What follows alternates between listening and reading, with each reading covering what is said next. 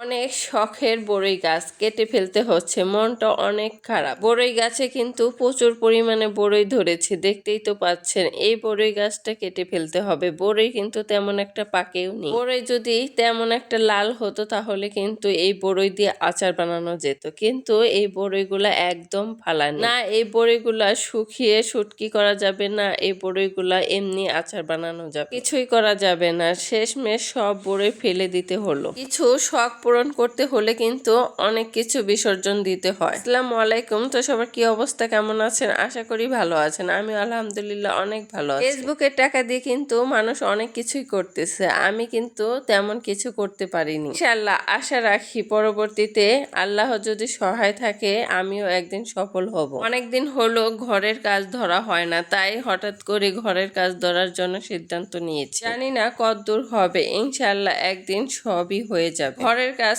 অন্য একদিন সব দেখাবো এবং A to Z আপনাদের সাথে শেয়ার করব। এবার চলেন আমাদের আজকে ইফতারে কি কি রান্না হবে সব আপনাদের মাঝে শেয়ার করি। আজকে ছোলার ডাউল রান্না করেছি। এই ছোলার ডাউল যদি টমেটো আর বড়ই দিয়ে রান্না করা যায় খেতে কিন্তু অন্যরকম একটা মজা হয়। গাছের বড়ই দিয়ে আজকে ছোলার ডাউল রান্না করেছি। অনেক বড়ই নষ্ট হয়ে গেছে, আমি বেছে বেছে কয়েকটা বড়ই রেখে দিয়েছিলাম। ওই বড়ই দিয়েই কিন্তু আজকে আমি ডাউল রান্না করেছি। ডাউলটা খেতে কিন্তু মাশাআল্লাহ অনেক মজা হয়েছে। তারপর আমার ছেলে মেয়ে বায়না ধরলো একটা কেক বানানোর জন্য, তারপর আমি রান্না বান্না শেষ করে একটা কেক বসিয়ে দিয়েছিলাম। তো আমার কেকটা দেখেন কত সুন্দর ভাবে ফুলে গেছে, ফুলে একদম কেকের মাঝখানটায় ফেটে গেছে। এত সুন্দর আর এত সফট, এত পারফেক্ট ভাবে কেকটা হয়েছে, না দেখলে তো আপনারা বিশ্বাসই করতেন না, তাই না, যে আমি এত সুন্দর কেক বানাতে পারি। কেকটা যেমন সফট, যেমন সুন্দর ভাবে ফুলেছে, তেমন কিন্তু খেতেও অনেক মজা হয়েছে। আমার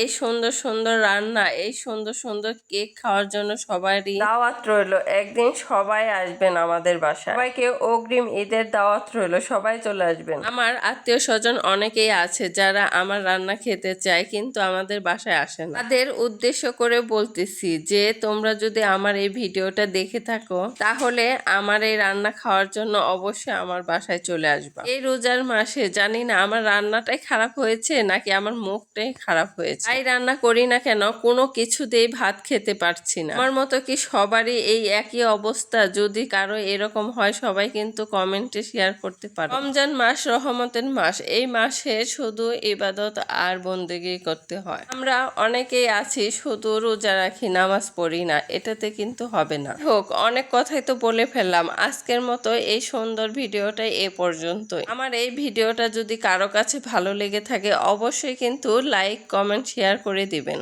আজকের মতো আমার এই সুন্দর ভিডিওটা এ পর্যন্তই। আল্লাহ হাফেজ।